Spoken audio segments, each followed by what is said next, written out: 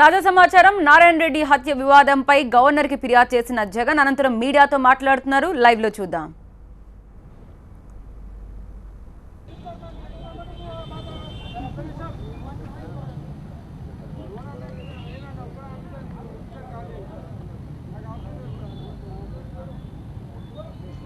Governor గారిని ఇవాళ కర్నూలులో జరుగుతూ ఉన్న పరిణామాలు పరిస్థితుల మీద గవర్నర్ గారికి డీటెయిల్డ్గా వివరంగా పరిస్థితులను ఎక్స్ప్లెయిన్ చేశాం. ఎంతటి దారుణంగా ప్రజాస్వామ్యాన్ని కూని చేస్తూ ఉన్నారు, ఎంతటి దారుణంగా ప్రజాస్వామ్యాన్ని అవహేళన చేస్తూ ఉన్నారు, ఎంతటి దారుణంగా ప్రత్యర్థులను ఎన్నికల బరిలో నుంచి గెలవని పరిస్థితి ఉన్నప్పుడు ప్రత్యర్థులు కొనుగోలుకు లొంగకపోతే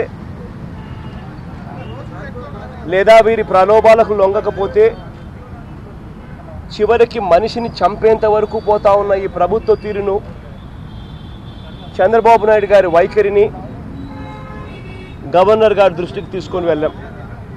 ఇది న్యాయమేనా ధర్మమేనా అని చెప్పి కూడా గట్టిగా అడిగాం. దాదాపుగా రాష్ట్రంలో ఇవాళ జరుగుతూ ఉన్న పరిస్థితులు ఏంటంటే 132 జీవోలు ఇష్యూ చేశారు. తెలుగుదేశం పార్టీ వారు ఏదైతే కేసుల్లో ఉన్నారో ఆ కేసులన్నీ ఉపసంహరించుకుంటూ దాదాపుగా 132 జీవోలను ఇష్యూ చేసి తెలుగుదేశం వాళ్ళు చేసిన క్రైమ్స్ నుంచి వాళ్ళను విముక్తులను చేస్తూ కేసులు గవర్నమెంట్ విత్డ్రా చేసుకున్న జీవోలు 132 జీవోలు. ఇవాళ నారాయణ రెడ్డి గారిని ఇన్సిడెంట్లో జరిగినది ఏమిటి అని అంటే, అతి కిరాతకంగా ఒక అభ్యర్థి రాజకీయాలలో గెలుస్తాడు అని, తెలుగుదేశం వాళ్ళు అక్కడ గెలవలేరు అని, వారి మునగడకు అక్కడ రాజకీయ మునగడకు క్వశ్చన్ మార్క్ వచ్చిందని ప్రత్యర్థి లేకుండా చేస్తూ ఉన్న తీరుకి నిదర్శనం. నారాయణ రెడ్డి అన్న తన వెపన్ లైసెన్స్ను రెన్యూ చేసుకునే కార్యక్రమంలో భాగంగా రెన్యూ చేయండి అని అడిగితే వెపన్ను తీసుకున్నారు, రెన్యువల్ చేయాల. మామూలుగా రెన్యువల్కి అప్లికేషన్ పెడితే వెపన్ ఇవ్వాల్సిన పనుల. అయినా మొన్న ఎమ్మెల్సీ ఎన్నికలప్పుడు వెపన్ సరెండర్ చేయాలి అని చెప్పి సరెండర్ చేసుకున్నారు. ఆ తర్వాత మళ్ళీ వెపన్ వెనక్కి ఇవ్వాల. అంటే పథకం ప్రకారము తన దగ్గర వెపన్ లేకుండా, లైసెన్స్డ్ వెపన్ తన దగ్గర లేకుండా చేసే కుట్ర క్లియర్ కట్గా కనిపిస్తూ ఉంది. ఆ ప్రాంతంలో జరుగుతూ ఉన్న ఇసుక మాఫియాను గట్టిగా ఎక్స్పోజ్ చేస్తూ చివరకు కోర్టులు కూడా ఇంటర్ఫియర్ అయి కేఈ కృష్ణమూర్తి గారి కొడుకు మీద ఇన్వెస్టిగేషన్ చేయాలి అని చెప్పి కోర్టులు సైతం ఇన్వెస్టిగేట్ చేయాలి అనే ఆర్డర్స్ ఇష్యూ చేసేంత దాకా శాండ్ మాఫియా మీద, శాండ్ మైనింగ్ మీద తన పోరాటం సాగించాడు. ఇంత దారుణంగా తెలుగుదేశం వారి ఆగడాలను అడ్డుకుంటున్నాడని, తనకు లైఫ్కు థ్రెట్ ఉందని, సెక్యూరిటీ కల్పించండి అని గవర్నమెంట్ను విజ్ఞప్తి చేశారు, పోలీసును విజ్ఞప్తి చేశారు. గవర్నమెంట్కు సెక్యూరిటీ కావాలని ఇవ్వాల. రిక్వెస్ట్ చేసినా, విజ్ఞప్తులు చేసినా ఎవరో తెలుగుదేశం పార్టీ మండల స్థాయి నాయకులకి ఇద్దరు గన్మెన్లు, ముగ్గురు గన్మెన్లు ఇస్తున్నారు. అట్లాంటిది ఈ పతికొండ నియోజకవర్గానికి వైఎస్ఆర్సీపీకి అభ్యర్థిగా నిలబడబోతా ఉన్న క్యాండిడేట్కు గతంలో నేడు ఎలక్షన్లో 2014లో క్యాండిడేట్గా నిలబడి వ్యక్తికి తన భార్య కర్నూలు డీసీసీ బ్యాంక్ చైర్మన్గా ఉన్న పరిస్థితుల్లో ఒకవైపున వెపన్ లైసెన్స్ను రెన్యూ చేయకుండా వెపన్ తన దగ్గర నుంచి తీసేసుకొని తనని ససెప్టబుల్ చేశారు. మరోవైపున తనకు సెక్యూరిటీ ఇవ్వమని చెప్పి రిక్వెస్ట్ చేస్తే సెక్యూరిటీ ఇవ్వలేదు. ఇవ్వకుండా దారుణంగా ఒక పద్ధతి ప్రకారం పథకం పన్ని కల్వర్టును ఉపయోగించుకొని ట్రాక్టర్లు అడ్డుపెట్టి అతి కిరాతకంగా తన మీద దాడి చేసి హత్య చేయించారు. 9:30 గంటలకు ఇన్సిడెంట్ జరిగితే హత్య కాబడితే 2:30 దాకా మధ్యాహ్నం 2:30 దాకా పోలీసులు కనీసం ఆ జరిగిన ఇన్సిడెంట్ దగ్గరికి వెళ్ళి ఎవిడెన్స్లు కలెక్ట్ చేసే కార్యక్రమాలు చేయాల. ఎందుకనంటే ఎవిడెన్స్ లేదన్నా ఏ ఎవిడెన్స్ లేకుండా అక్కడ లేకుండా ఉండే కార్యక్రమం చేసే దాంట్లో భాగంగా 2:30 దాకా కనీసం ఆ ప్రాంతంకి పోలీసు వాళ్ళు పోలా. ఇన్సిడెంట్ జరిగింది, చుట్టుపక్కల ప్రజలంతా వచ్చి ఏం జరుగుతూ ఉంది అని చెప్పి కారును చూస్తారు. ఆ చుట్టుపక్కల ప్రజలంతా వచ్చినప్పుడు న్యాచురల్గా ఇన్సిడెంట్ జరిగినప్పుడు ఎవిడెన్స్లు డిస్ట్రాయ్ అవుతాయి అని కూడా ఒక పద్ధతి ప్రకారం ప్లాన్ చేసి 2:30 దాకా స్పాట్కి కూడా పోలా. ఒకవైపునేమో అప్రజాస్వామికంగా ఎమ్మెల్యేలను కొనుగోలు చేసి డిస్క్వాలిఫై చేయకుండా ఆపుతారు. మరోవైపున ప్రలోభాల్లో ఒక అడుగు ముందుకేసి మంత్రి పదవులు ఇచ్చే కార్యక్రమాలు చేస్తారు.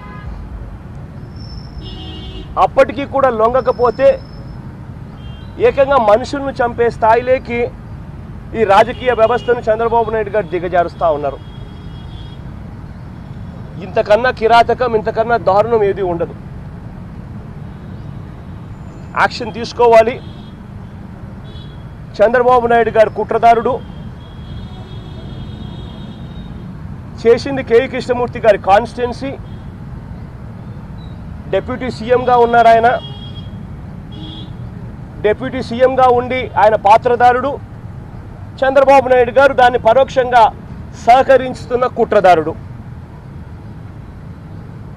ఇంతటి దారుణంగా వ్యవస్థలు కన జరిగితే ఇక డెమోక్రసీ అనేది బతకదు. ఇవన్నీ చెప్తూ ఎక్స్ప్లెయిన్ చేస్తూ ఏ రకంగా చంద్రబాబు నాయుడు గారి హయాంలో ఈ 3 ఏళ్ల కాలంలో ఎన్నెన్ని పొలిటికల్ మర్డర్లు జరిగాయో కూడా రాశాం. రీసెంట్గా ఆళ్లగడ్డలో ఒక ఇన్సిడెంట్ జరిగింది. గంగుల ప్రభాకర్ అన్న మా పార్టీలో చేరాడు. చేరిన వెంటనే ఆ గ్రామంలో ప్రభాకర్ రెడ్డి అన్నకు సంబంధించిన ఇంపార్టెంట్ నాయకుడిని వెంటనే చంపించేశారు. ఇలా ఎక్కడెక్కడ జరిగాయని చూస్తే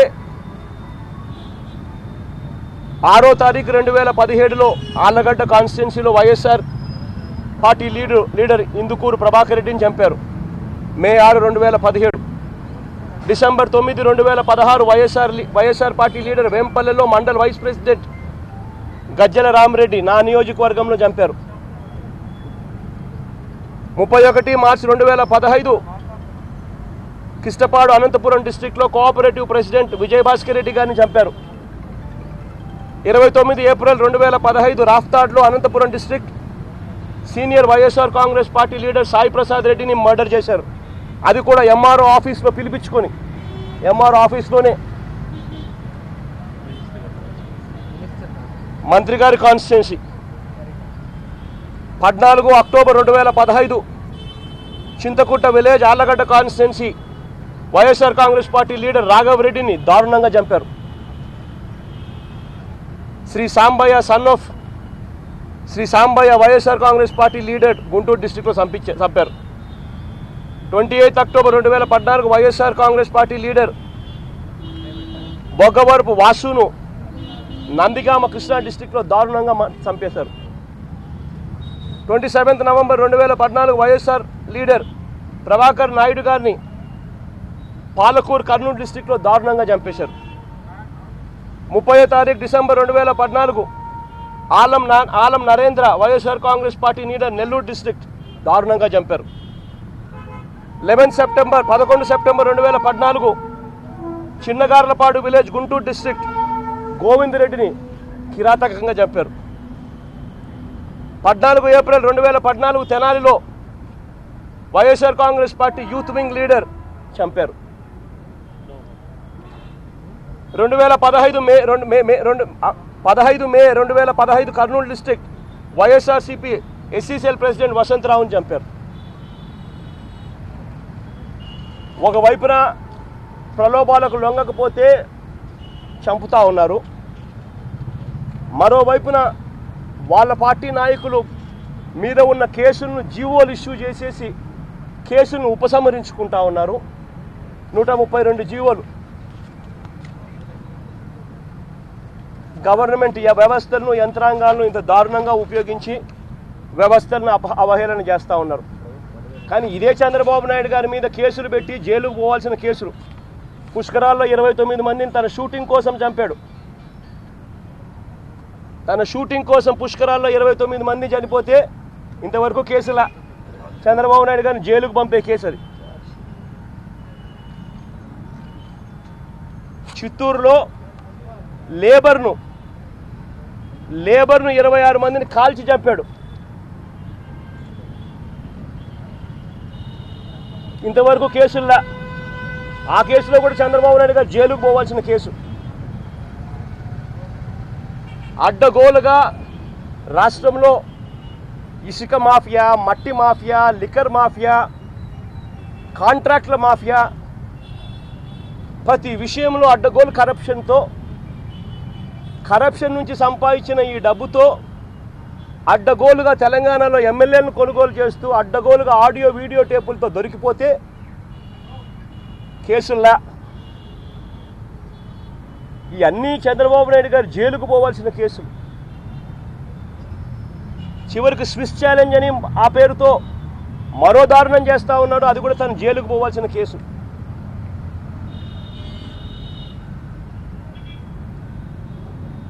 ఇంతటి దారుణంగా ప్రజాస్వామ్యాన్ని కూని చేస్తూ ఉన్న ఈ వ్యక్తి ముఖ్యమంత్రిగా ఉండడం నిజంగా ఆంధ్ర రాష్ట్ర ప్రజలు చేసుకున్న దురదృష్టం అని చెప్తా ఉన్నా. కనీసం గవర్నర్ గారన్న ఇంటర్ఫియర్ అయి జరుగుతూ ఉన్న అన్యాయాల మీద ఆయన సోషల్ మీడియా మీద ఆయనకు వ్యతిరేకంగా ఏదైనా రాస్తే పోలీసులను పంపించి మరీ దారుణంగా వాళ్ళ మీద యాక్షన్ తీసుకుంటా ఉన్నారు. చీఫ్ జస్టిస్ ఆఫ్ సుప్రీం కోర్టులు కూడా ఖర్జూ గారు చంద్రబాబు నాయుడు గారి పాలనను అంతం చేయండి, ఆర్టికల్ 356ను ఎన్ఫోర్స్ చేయండి, ప్రెసిడెంట్ రూల్ తీసుకొని రండి, ఇక్కడ ప్రజాస్వామ్యం బతకడం లేదు అని చెప్పి ఏకంగా ex chief justice of supreme కోర్టులు ప్రెస్ కౌన్సిల్ చైర్మన్ను ఏకంగా ఈయన గవర్నెన్స్ మీద ప్రెసిడెంట్లకు ప్రధానమంత్రులకు లేఖలు రాసే దారుణమైన పరిస్థితిలో ఈ రాష్ట్రం ఉంది. నిజంగా ఈ వ్యవస్థ బాగుపడాలి అని అంటే ఇట్లాంటి పెద్దోళ్ళు ఇంటర్ఫియర్ అయ్యి ఈ వ్యవస్థను బాగుపరిచే దాంట్లో విచక్షణను చూపిస్తూ చంద్రబాబు నాయుడు గారు లాంటి వ్యక్తులను జైలుకు పంపితే తప్ప ఈ వ్యవస్థ బాగుపడదు. ఉప ముఖ్యమంత్రి అయిన తర్వాత అసలు హత్యలు జరగలేదు, చాలా తగ్గాయని చెప్పేసి కేఈ కృష్ణమూర్తి గారు నిన్న చెప్పారు సార్. తనకు ఈ హత్యలకు ఎలాంటి సంబంధం లేదని కేఈ గారు చెప్పారు. అతి కిరాతకంగా 20-25 మంది మనుషులు ఏకమై ట్రాక్టర్లు అడ్డుపెట్టి వెపన్ లైసెన్స్ ఆయనకి ఇవ్వకుండా లైసెన్స్ రెన్యువల్ కాకుండా ఈయన గన్మెన్ల కోసం రిక్వెస్ట్ చేసిన పోలీసులు సెక్యూరిటీ ఇవ్వకుండా ఇన్ని ఇన్సిడెంట్లు క్లియర్ కట్గా మ్యాచ్ అవుతూ ఉంటే దీంట్లో గవర్నమెంట్ ఇంటర్ఫీరెన్స్ లేదు అని ఎవరైనా చెప్పడానికి నిజంగా నోరెలా వస్తుందండి. అసలు ఇన్ని కనిపిస్తూ ఉన్నాయి, ఇంతకన్నా దారుణమైన పరిస్థితి ఉండదు. Thank you.